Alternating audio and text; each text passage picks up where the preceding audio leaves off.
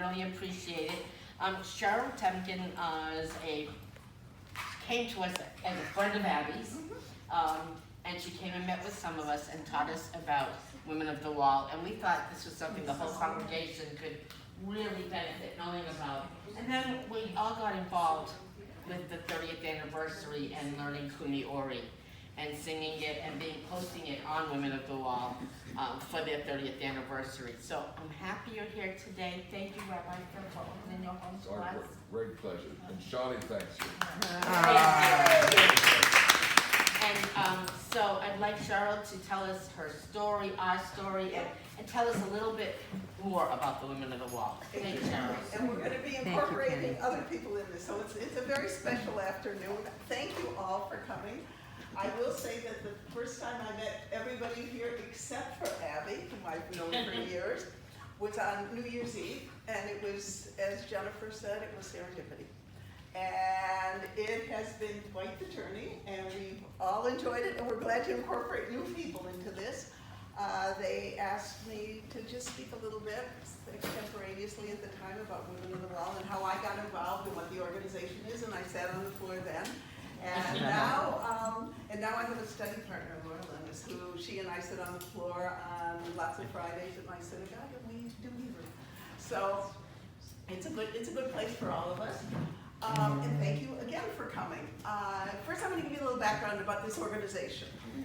It just celebrated its 30th, and that was a lot of hullabaloo, and that was in early March. Not this last Rosh Chodesh, which you'll hear about, but the one before. But first, you should know, November 1988, there was the first International Jewish Feminist Conference being held in Jerusalem. It had people like Bella Abzug from that era, and they had decided to go over there and get started. And not only that, they wanted to incorporate a Rosh Chodesh service because that's traditionally a women's holiday.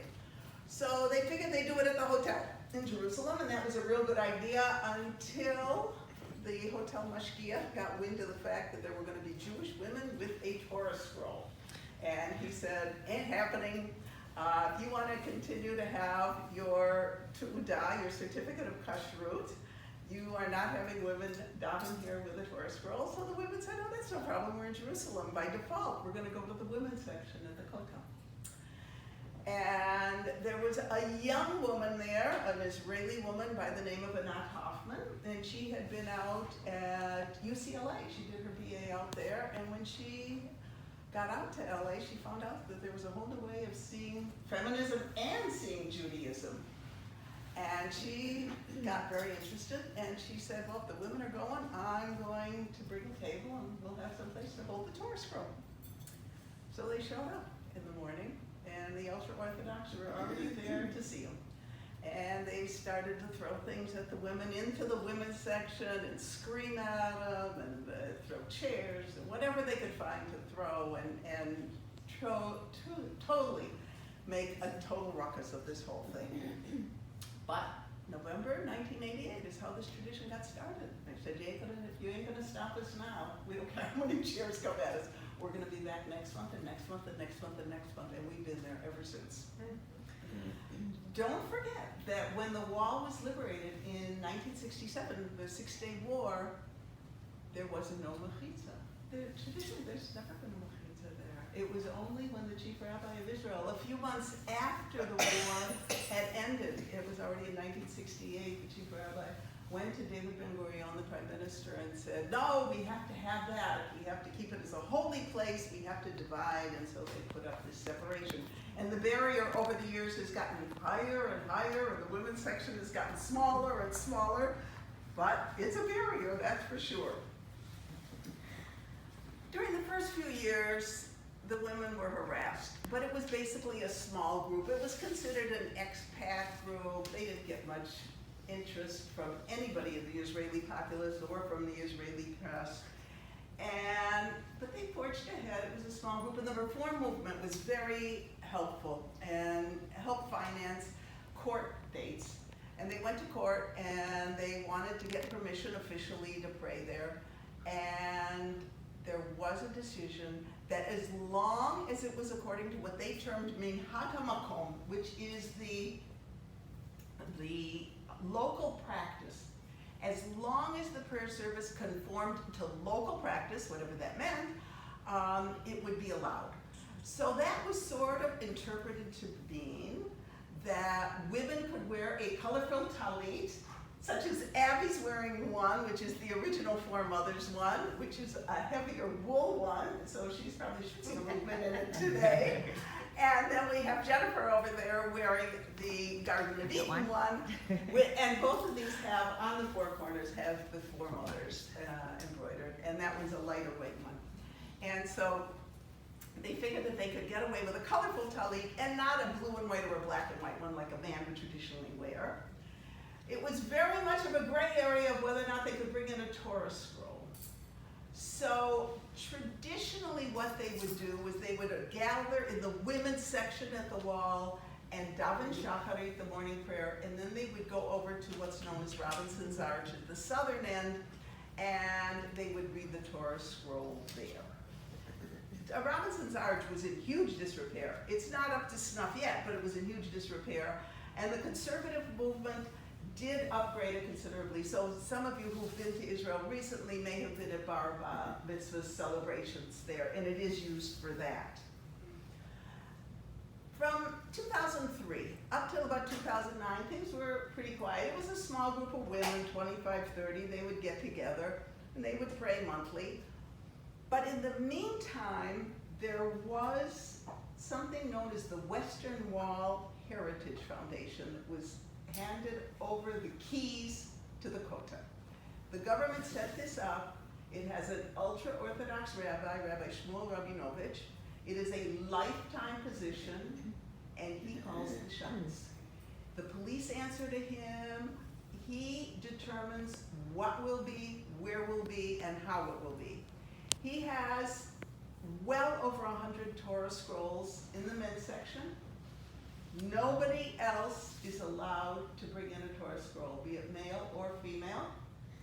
And as a result, women do not have access to a Torah scroll, except when one gets smuggled in. And that has happened. And we have an eyewitness here who was at Rosh Chodesh 2 weeks tomorrow who can say, yeah, there was a Torah scroll that got in, and I can tell you now. Because there started to be arrests in 2009. There were 33 arrests between 2009 and 2013. Women started to get discouraged because most of them were either on work visas, tourist visas, or new immigrant visas, and they were concerned about their legal status. October 2012 was supposed to mark a milestone. Hadassah, the Women's Zionist organization, was going to hold its centennial convention celebrating 100 years in Jerusalem, and it happened to coincide with Rosh Chodesh. So they put in their printed program that they were going to come at 7 o'clock in the morning on October 16th, a Wednesday morning, and they were going to daven with Women of the Wall. In the meantime, I was going to be back in Israel for Sukkot. My brother and sister-in-law, she was a Hadassah delegate, we're going to be there, and so I was looking for a volunteer job. I spoke to somebody I knew well, and she said, why don't you volunteer with Women of the Wall? And I said, I don't want to get up at 6 o'clock in the morning. She said, no, it's something else. I said, okay, so I go to a meeting, and they say, you're going to be the liaison with Hadassah. And I said, well, that makes sense to me. My mother, may she rest in peace, was the president, you know, that whole thing about Hadassah and whatever, it made sense. We went to the next meeting, where we had all the hierarchy there, and I got to meet everyone, and they had terrible news. Hadassah backed out. Hadassah got cold feet a few weeks before, and we don't know if there was political pressure, if they were afraid of arrests or whatever, but they weren't going to come. I came there. I came from South Florida, and I piped up, and I said, it's nice to meet Anat, it's nice to meet Leslie, all of you, and whatever. I think I can get you a statement on Kol Yisrael, the Israel Broadcast Authority. And they looked at me like I had two heads, but they said, what are you talking about? And I said, well, a little bit of history here. 1968, I was in Jerusalem when I left University of Wisconsin-Madison for my junior year abroad. Some girl pulled on me and said, let's get an apartment. And needless to say, she was very attractive, and she had long hair, and she smoked Newport cigarettes, and the Israeli guys started to line up. And as a result, they got a little discouraged waiting for her, so eventually a couple of them fell off. And one of them, who they always said would never amount to anything, is somebody by the name of Nissim Mosek. And I followed him around for a year, and I, as a result, learned Hebrew. Who needs Ulpan if you've got somebody you can follow for a year? And he was always very interested in film, whatever that meant. I don't even know if we had a camera, but it was ever. And we lost track of each other after a number of years. But when I started going back to Israel, when I was widowed in 2009, we found each other, and it was very nice. He, on the other hand, has done extremely well, and he's a very well-known documentary filmmaker. And for many years, he worked for Reuters and the Israel Broadcast Authority. So I see him all the time, so he said, what are you going to be doing when you come back? And I told him that I'm going to do something for Women of the Wall. He said, look, ask them if they want a short segment on the TV. I'll ask for a budget and a crew, and we'll film something. So I said, what? I know this guy, Nissim Mosek, and he'll just, and they said, how did you know him? He's had so many awards and whatever. I said, well, anyways, this is the story. And they said, fabulous. And this was the only bright, shining spot here in 2012. So Hadassah decided that at 11 o'clock at night, before Rosh Chodesh, so the Tuesday night, they would allow some of the delegates to come, and they'd arrange for buses, and they'd get a few buses, and the people could come, and not Hoffman, our chairperson, could greet them, and whatever.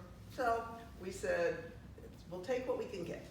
We show up at 10 o'clock at night. There were some volunteers. I was there. There were some volunteers from the HUC cantorial and rabbinic programs. And Anat Hoffman was there, Leslie Sachs, our executive director.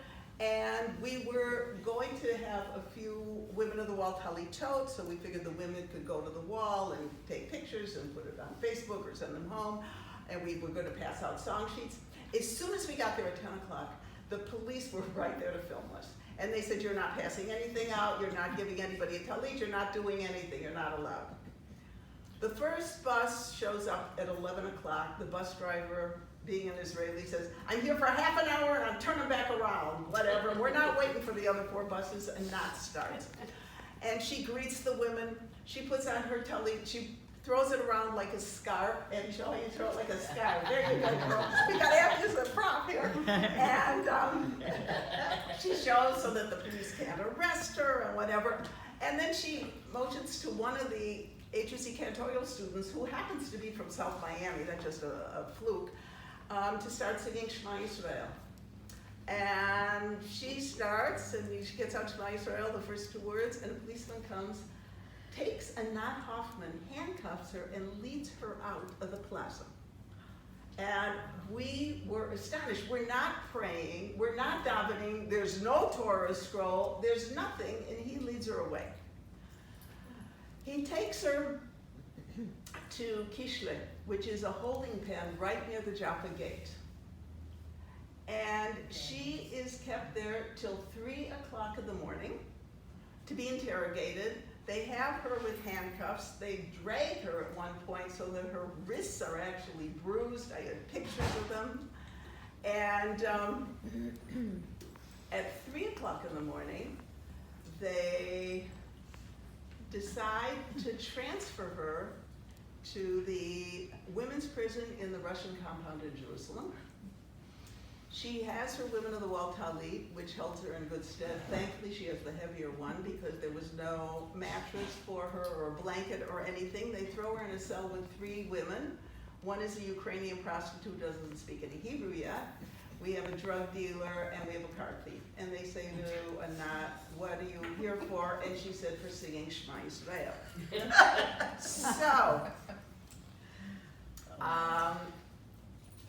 it now is, after Anat's arrest, we sort of disbanded that night, but we showed up again at 6 in the morning to pray because it was Rosh Chodesh. And the television crew was there. And we started the services, and we were maybe 30, 35, and we weren't sure what was happening yet with Anat. And the television crew was filming this, and the police that day made 5 more arrests that morning with the television cameras going. One of which was Leslie Sachs, our executive director, certainly not a first timer for being arrested, and a couple of the board members. They got taken to the holding pen at Kishley. So what we did is we moved our service and we went over and did the rest of the service in front of there so that hopefully they could hear what was going on.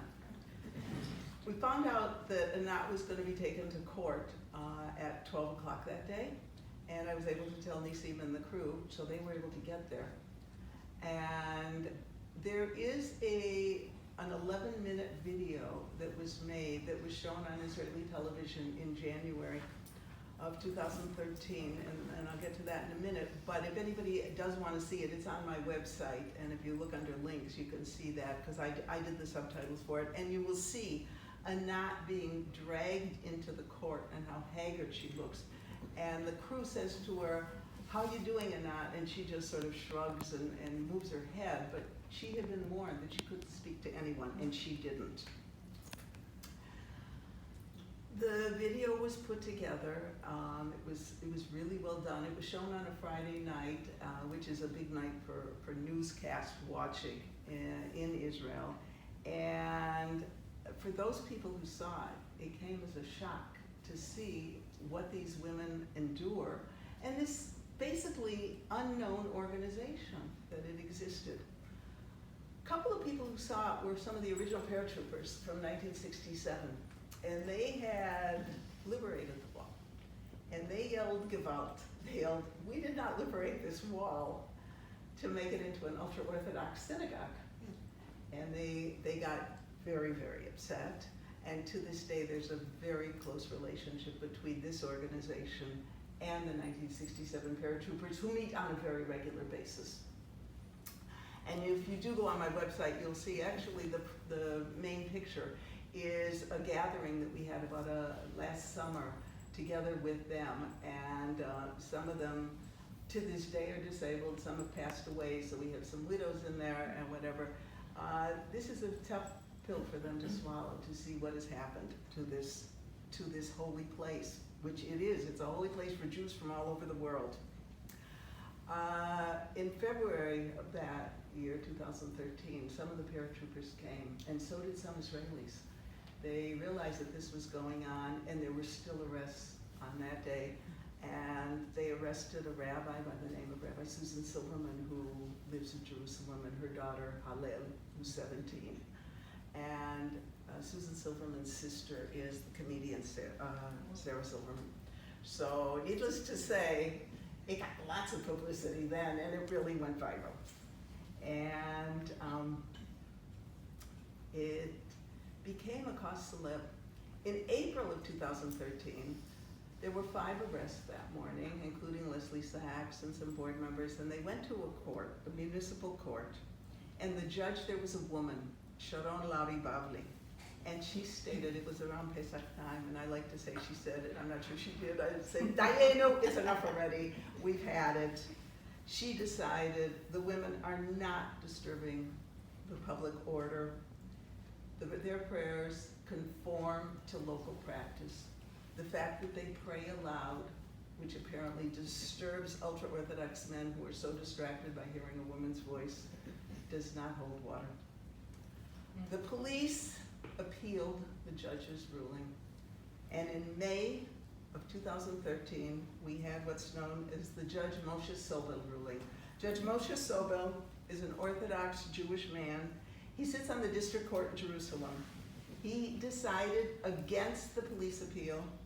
He ruled that the local custom, minhag hamakom, has to be interpreted with national and pluralistic implications, not necessarily ultra-Orthodox Jewish customs. It was a historic day for women's rights in Israel. As a result of all this, there was lots of international hoopla about this and whatever. Prime Minister Netanyahu set up a commission. He turned to Natan Sharansky, the Soviet refusenik, who at that time and for several years headed up the Jewish Agency. And they set up a negotiating team to figure out where they could go from here. He participated. There were Women of the Wall people, led by Anat Hoffman. There were leaders of the Reform and Conservative movements in Israel, people from the Jewish Agency, whatever. The negotiations went on for 3 years. And on January 31st, 2016, the Israeli cabinet voted by a vote of 15-5 to endorse a plan to change the Western Wall landscape dramatically. What it was they were going to hire, or they did hire actually, and he didn't come up with blueprints, the noted Israeli architect Michael Arad, who did the 9/11 memorial. He set out that the Robinson's Arch area adjoining the Western Wall would become a fully functional prayer area for Jews from around the world, no matter what sect they come from whatever they want to do and come and pray, it will be open to them. This area will have its own ritual objects. It will be a fully functional, equal prayer space, and it will be open. Right now, Robinson's Arch is open on a limited basis, and there is a fee. It will be open 24/7. It would be overseen with its own budget by representatives from Women of the Wall, Jewish Agency, Reform Movement, Conservative Movement in Israel, and it could have worked beautifully, but it wasn't meant to be. The ultra-Orthodox media, they do not supposedly look at the internet, so they still have a thriving print media and radio. They jumped on this like crazy because in their minds, the women are a nuisance. But what they hate is the thought of Reform and Conservative Judaism getting a toehold in Israel. And that just drove them crazy. Not only would they have a recognition that there's Reform Conservative Judaism, but they would have a budget. That really drove them crazy because that means less money for them with all their kids, and they might have to go to work, God forbid, or they might have to go to the army, and that also don't do. So this thing sat there, and it sort of languished. And diaspora Jews were often asking from the Prime Minister's office and other people, when is this going to go forward? And they would get non-answers. On June 25th, 2018, the Prime Minister's office announced that the plan would be frozen. That was a new verb. They had never done that before. They had never taken a cabinet decision and frozen it. By now, I think it's been annulled. They keep changing the verb, but whatever. And that is where we stand. There are often court dates as we try to get this moving forward. Having said that, the landscape of the people who come has changed radically. Some of you watched the 30th anniversary on March 8th of this year. There were 800 people who signed up to join in prayer in the women's section. Unfortunately, the opposition was extremely well organized. Only about 100 or 150 were able to snake their way in. It was total mayhem. They had brought in thousands of young Israeli yeshiva girls, ages 12, 13, 14, to fill the plaza and to get in your face. They would scratch, they would spit, they would scream. We're used to whistles, but this was something else. And some of you sat for 2 hours from midnight till 2 in the morning. Yes, we and watched it. And if we survived that, we've survived a lot. The paratroopers had come for a fancy ceremony the night before, and Micha Eshet, who's head of that group, got on stage and he said to the WOW contingent, he said, we gave them an award. He said, no, this award should go to you women. He said, we indeed captured the wall. And then we gave the keys over to generals. They gave the keys over to one of the most extreme factions in Israel. We didn't liberate the Kotel. It is still a prisoner. You are the paratroopers who will liberate the Kotel. We don't give up. There are hundreds of us who show up. I was at the Kotel 2 weeks ago tomorrow morning. I got there early, and there was a young woman. We were both very close to where the Torah scroll was being unrolled. It was indeed smuggled in. And she said to me, weren't you recently in Florida? And I would like Brielle to talk about what she saw. Cool. Thank you. It's good to see everybody.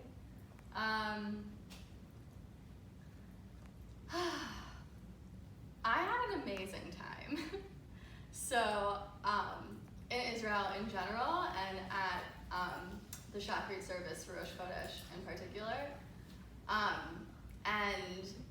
and it is true that it was the most bashert thing that I just like literally turned around and I couldn't remember Cheryl's name, but I was like, you were in Florida a month ago. And we figured it out, and there were hundreds of people there, and we just, by God incidents, happened to be standing next to each other.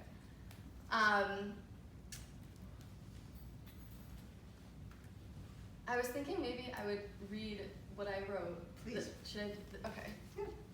So I'm gonna start. I'm gonna read something that I wrote that I was asked by Women of the Wall to write about my experience, and they posted it on their social media. So I will read that first, which I should have loaded earlier, and then I will.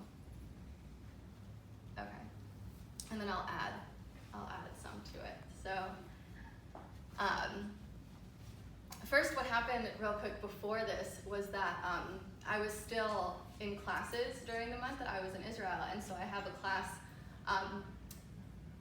in Aleph that is from 7 to 9:30 on Sunday nights, which is great when you're in Florida. It's less great when you're in Israel, and it's 2 to 4:30 a.m. So I was doing this class, and so I had asked to class with Rabbi Marsha Prager, and so I had asked her, I'm planning to go to daven Shachri at the Kotel with Women of the Wall, and I want you guys to know that I was really scared, like really, really, really, really scared. And I tend to be like a behind-the-scenes person when it comes to anything like political or conflicty or anything, like whether I support something or I don't support something, I tend to just like be very quiet and behind the scenes and like not activisty about it, and whether that's good or bad, who knows, but and this was something that I really felt, I really struggled for, the entire month, because it was just a few days before I left, of like, am I gonna go or not, and I really felt like, as like someone who is aspiring to be like a rabbi who is a woman, that like career-wide, like I like owed it to the people who like make it possible for that to be a thing, to like show up physically there. I also selfishly, like I'm just like a day school kid at heart still, you know what I mean? And I have a very just like innocent Disney World love for all things Israel and the Kotel, and I really do, and I really actively work hard to kind of keep it that way. And I was really scared of like, what am I getting myself into, and could this potentially change the way that I see the world, as a Jew, as a woman, like, and what could those consequences be? And so I really struggled with this internally for a while, and I ultimately decided that I don't not do things because I'm scared. That's a pretty like hardcore commitment that I have to myself and to God, and so therefore I either needed to like change how I live my life, or I needed to show up, and so I figured I would show up, and so it was very cool because the morning that I showed up was this class, and so I had asked Rabbi Marsha if I could sign on to the last few minutes of the class so that I could, see her and see the class. And I was able to do that, and they gave me love and blessings and sent me on my merry way. And it was very cool. So I was able to be very grounded and very plugged into people who I knew cared about me and cared about, Israel and the experience and the cause that I was being a part of on that morning. So this is what I wrote, and then I'll talk for a couple minutes about it. All right. I was on the road before 5 a.m. About halfway from Tel Aviv to Yerushalayim, I realized I forgot to bring earplugs. For a moment, I thought maybe I would go home. I knew from watching the live stream videos that the Rosh Chodesh service would likely be disturbed by painfully loud whistling and shouting from my Jewish brothers and sisters who don't yet understand the Kedusha of women praying with no restrictions at the kotel, perhaps because they've never allowed themselves to experience it. Regardless, I knew to bring earplugs, and I was terrified at the idea of not having them. I arrived at the kotel with just enough time to locate the leaders of Nashot HaKotel and to find a space nearby to put on my talit and tefillin. I've been waiting for this moment for years to be able to lay tefillin at the kotel. I was so excited and I was so scared. I took my talit out of the safety of its bag and began to say the bracha. To my surprise, nothing happened. I said L'hitatef Batzitzit, like I would any other day, and wrapped myself in the protection of God's light and love. Then it was time to take out my tefillin. I took a deep breath and asked God to be with me, that I may wrap myself in the attributes of the Sefirot and embody them in holy service to the divine. This is my kavanah, my intention every morning, but today it took on new meaning. I saw some Haredi girls looking at me. They seemed intrigued, and I could see a yearning in their eyes, but they said and they did nothing. I laid my tefillin in peace and quiet as the group began to convene. I felt whole and holy as a Jew and as a woman. As the tefillah began, I was separated by a security officer from my friend who came with me to the service. There was a moment of fear. What did it mean to be on the other side of the security officers? Would I be seen as one of them or one of us? And what in the world does that even mean? I experienced love and sisterhood as several women adjusted their positioning slightly so that I could slide into the center of the group and rejoin my friend. I stayed there in the center of this holy gathering for the remainder of the service. I planned to pray from a Siddur app rather than from my beloved Koran Siddur, for fear that my Siddur would somehow be taken from my hands and destroyed. My phone could be replaced, I thought, but risking the destruction of holy words seemed way more dangerous. It made my heart smile to see that the one picture of me from this morning taken by the Nashot HaKotel photographers of me holding my phone, proudly wearing the sacred garments of our ancestors and holding on dearly to their words. The other woman in the photo was to us a nameless and voiceless woman whose presence was anything but. She stood right beside me in the center of our group and davened the entire Shachrit service to herself at her own pace. There were tears and a sense of deep pain and longing in her prayer. I wanted to reach out and give her a hug, but I did not. I wanted to connect with her, and yet I was also scared of her. Why was she there? What did she think of us? My ultimate conclusion is that she is one of us, because at the end of the day, there is nothing but us. She came to pray just like we did, and when she was done, she left, just as mysteriously as she came. I pray to one day be able to connect with her and know her name, to know the names and the stories of all of the mysterious onlookers. We are only separated by our fears and our lack of shared experience. Not everyone was as calm and quiet as this woman. There were some who came to share their opinions and interpretation of Torah with us, but I didn't hear them much. I was protected by the power of the kahal. I feared feeling suffocated and stuck, but instead I felt held and loved. We were here to pray, and we were in this together. The rest was just noise. At the end of the service, we left the kotel as a stronger and more united group than when we entered. I was invited onto the Nashot HaKotel bus by Cheryl, who I just so happened to be standing in front of, and who just so happened to visit my community in South Florida just 2 months prior. Nothing in God's world happens by mistake. As we made our way to the bus, there were groups of mostly young men yelling and throwing water at us. It was quite hot at that point, so it actually felt somewhat refreshing. Nonetheless, the sense of familial conflict was certainly present and painful, but this did not stop us. Once again, we joined together in song and allowed God to sing us to safety. Ozi v'zimrat yah v'yahili lishua. God is my strength and my song. God's salvation and power continues to manifest within me. In the end, I'm grateful that I forgot to bring earplugs.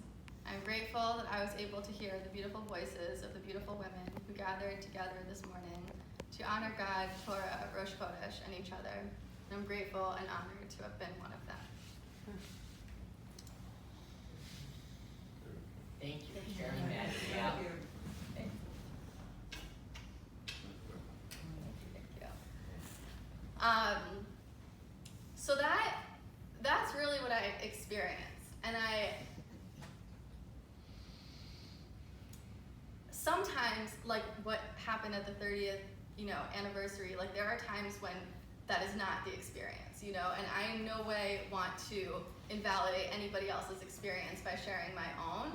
However, I think it's important to know that it's not all about going to, like, get spat on by Orthodox people. Like, that's not, like, that can be what the experience is about. That does not have to be what the experience is about, and that is not what my experience was about. And I think that something really interesting happened for me as far as, like, the way that I think about how the whole thing works when I was on a date before I went to Israel, like literally the only one I've been on in like years, and with this woman who grew up in like a traditional Moroccan Israeli Orthodox family in Israel. And we're talking, and somehow lots of things came up, and that I was in school to be a rabbi and this and that, which I thought was like cool, but like didn't quite get. And then she warned me not to wear a tallit at the kotel.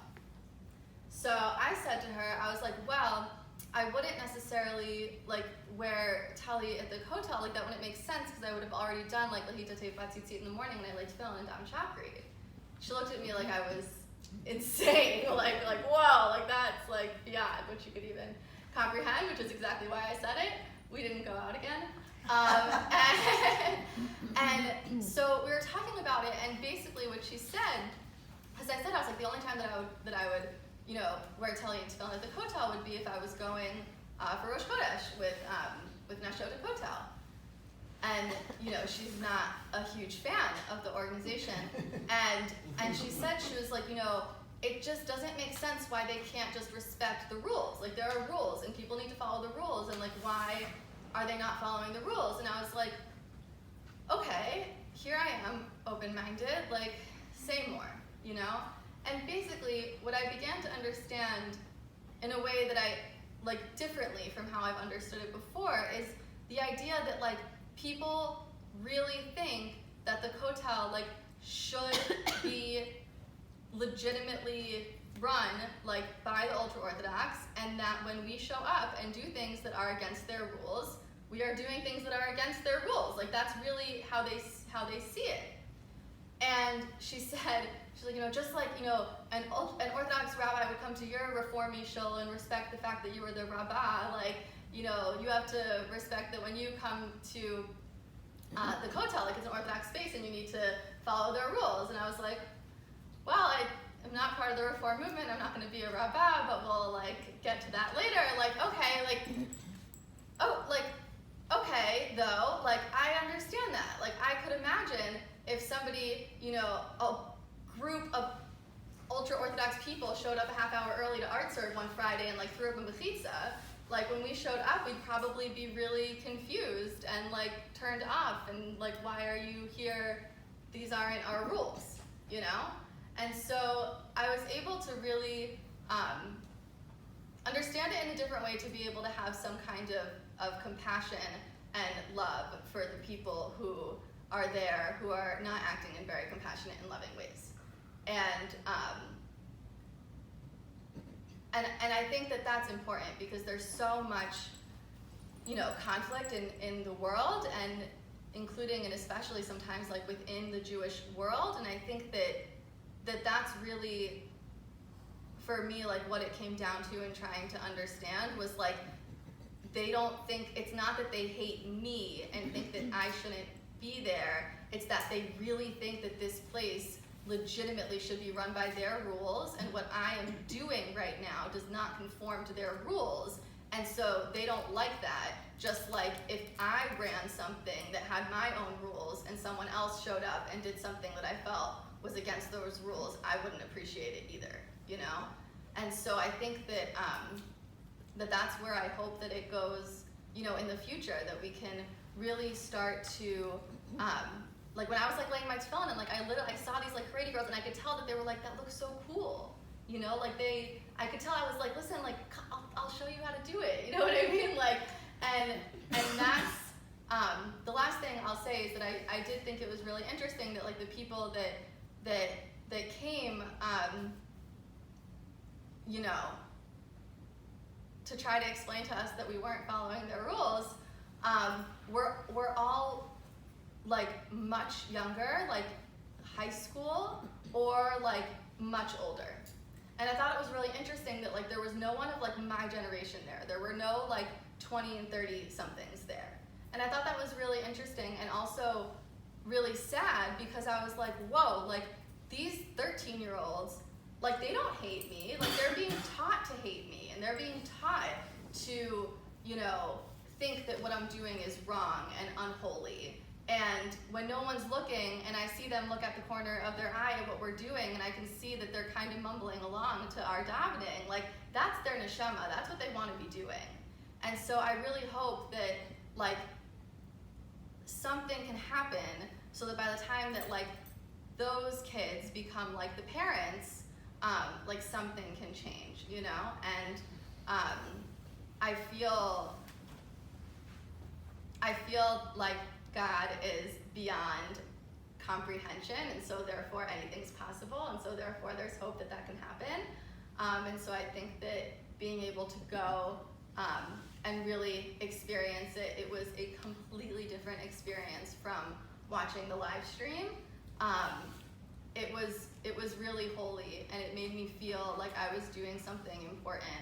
And I'm incredibly grateful that there's, you know, women who are willing to show up, you know, no matter if it's a more mellow time or it's a not as mellow time, you know, so that there's always like a minion of women to read Torah on Rosh Chodesh at the Kotel. Like that's a really, really holy, beautiful experience. I'm really grateful I was able to be part of it, and I can't wait to do it again. And Cheryl's just like so super amazing. And, Thank you. Yeah. This was such a special treat, and I'd like us to join together and do a Shechianu, because I've never had this privilege. I've been doing some of these talks for a while. Leslie Sachs, our executive director, does them often too.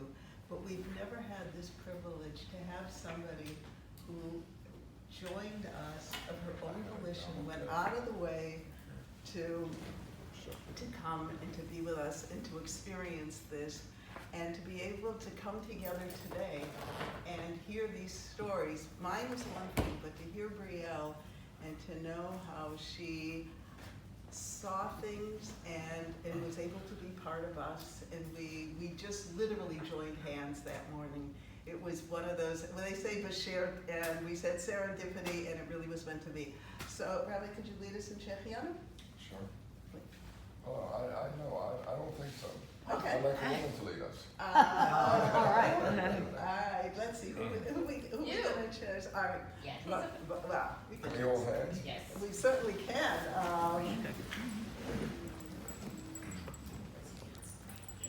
You don't have a hand. Jennifer can't hold Yeah. hands because she's got I'm surrounded, I'm good. Baruch atah. You come over, Laura. Here, you help me. Can we sing it? Yes. Yeah. Laura, get us started.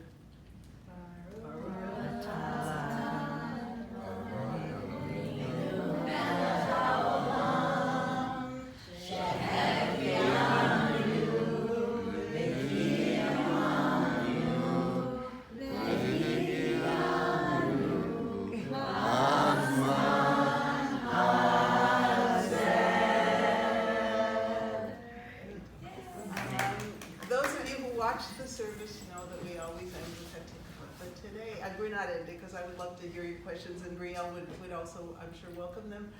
but we wanted to have, we just want you to know this is a very unique experience for all of us. And thank you for coming here and being part of this.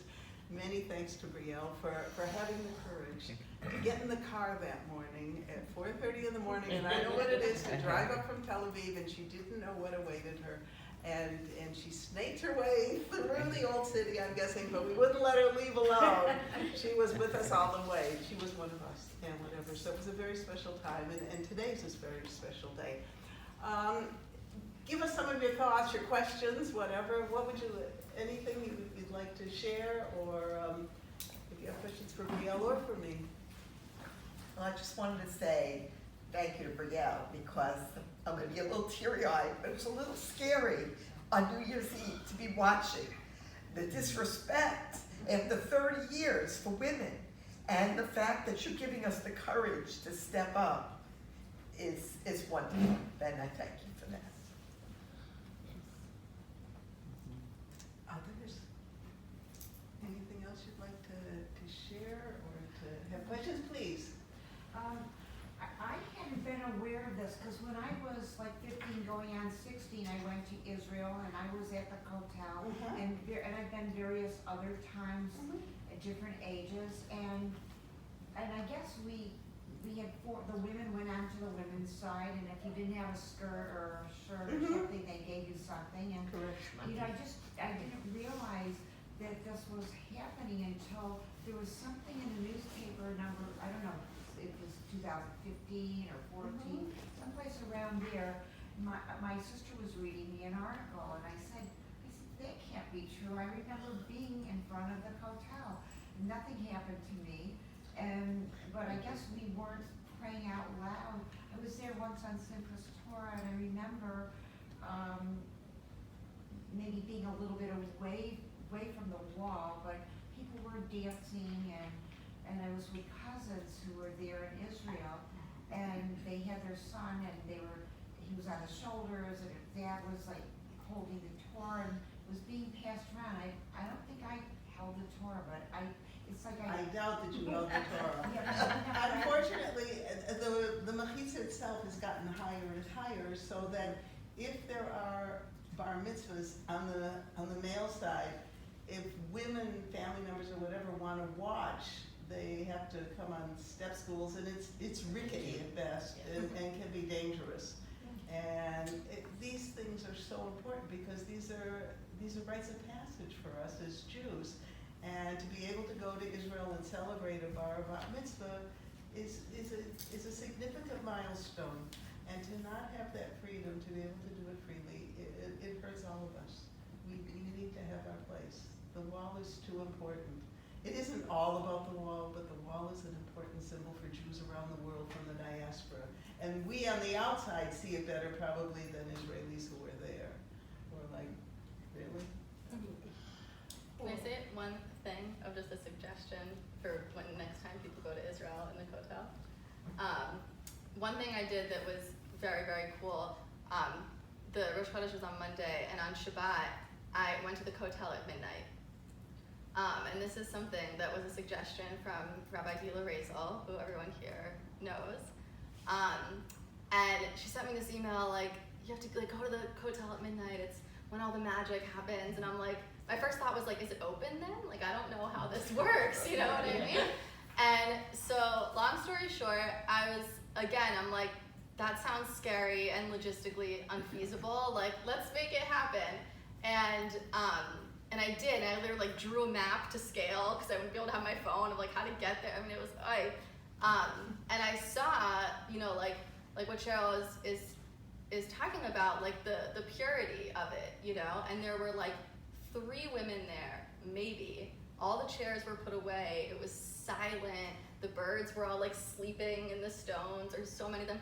I literally went and like took a chair, put it like in the center of the wall, and just kind of like sat there for like ever.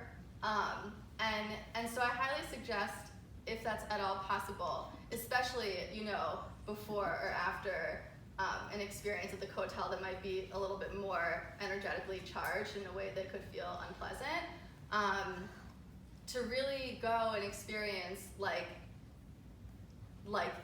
the divine there, without some of like the human shtus that can get it clogged, because I really was able to experience that, and then to be able to go back afterwards. For Yom HaAtzmaut, I joined the Mitzad HaChaim, the March of the Living march, to the Kotel for Yom HaAtzmaut, and to have those be kind of like the two anchoring Kotel experiences with the Rosh Chodesh in the middle, showed me so many different, like the Kotel is so like diverse, like there's so many ways to experience it, and it means so many different things to so many different people on so many different days. And so I think that like allowing yourself to experience as many of those things as possible, rather than having like one idea of like what the Kotel is and what it signifies, is a good idea. It's something that really helped me and was really an interesting part of my experience. I think one of the verbs that you used, I don't know if it was in a different blog or whatever, was saying how empowered you felt by all of this. Mm-hmm. And it can be an empowering experience, and especially seeing it in so many different levels and so many, from so many different prisms. It's very important, and this is why we continue to fight, so that we will be able to experience it in so many different ways. It's ours, it's our heritage, it's the place we turn to Friday night, Saturday morning, whatever. It has to be open to us, and we ain't gonna give up the fight. I just want to thank everyone for coming and participating. We have a few Women of the Wall things over there, and thank you all for signing in. I want to make sure everybody signs in. And Miss Jennifer, you still filming? You don't have to anymore. So, okay. so there's a couple of things. Yes. So, first of all, let's start with Cheryl. All right, we'll start with Cheryl. So, Jennifer and I really want to say thank you for giving us your Sunday afternoon and coming here and empowering all of us with knowledge, because that's how we're gonna learn and grow. And so we have a donation for Women of the Wall here from us, and if anyone else would like to add to it, feel free to see Cheryl. So I'm really grateful. You guys have been such an important part of this journey these last several months. well, And you give us energy and whatever. Nechama Namal is our director of philanthropy. She lives in Modi'in. I speak to her almost every day. And she says to me, I want to clone these women. I want to clone them. well, it's You our guys honor. are so special. So, It's our honor. It really is, Cheryl. So I'm gonna get behind you. yes, you are, because Listen, I know she what's knows coming about next. this I one. know what's coming next. So, all right. So Rabbi Phil. Yes. There's no rabbi like Rabbi Phil. Oh, come okay? on. Yeah. No, right, It's everybody? true, it's There's true. no rabbi like Rabbi Phil. And this year, Women of the Wall has started a new talit, one that men might like to wear. So some of us we'd like to give to you this talit from us. It's got the beautiful birds. Oh, wow. So it has the Shekhinah. And it has the Shekhinah, and it has the four mothers on each corner. And we want you to wear it with that. We want you to wear it with our love. Because you're so deserving, you're so supportive of us as women, as Jewish women, as people of the community, people of the world. And you know, without someone like you, Rabbi Phil, we wouldn't be here together today. No,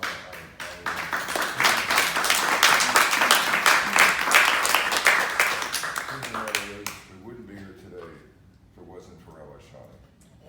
You know, when I wear this talit, I will also feel a sense of her being wrapped together with me. So I can't begin to tell you how much it means to me. Amen. And, I'll do everything I can to support what you're doing financially and in a given way as well. You know, being in my family, I'm grateful that my son and my daughter-in-law have continued in this wonderful tradition and to keep the legacy of Rabbi Shani alive and well. So it's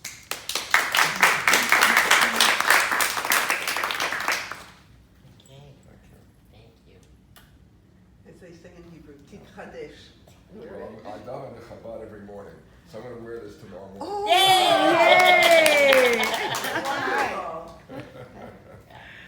so beautiful, we're like, oh, we'd like those too, but, Yeah. but I'm way too short. There, you'll see, It's the a million size is size. larger. I just brought that back from Israel last Sunday, so we just got here a week ago, yeah, because they were back ordered and we were Yes. hoping we'd get we made sure It'll that, all fit. Oh, yes, oh, yeah, yeah. it will all fit. Well, Thank you. So you have someone in Israel that makes these? they're made by, Emmanuel. He does it, he also has a thriving Talit business, but he specifically makes these for women of the wall. Yeah. It's a real problem for me to do this. I will say that this was a while in the making. As soon as these women saw that there was going to be a spirit talit and it was going to be made for men, you had your name written all over it. It was like, yeah. They made sure I wasn't getting back into the U.S. without that.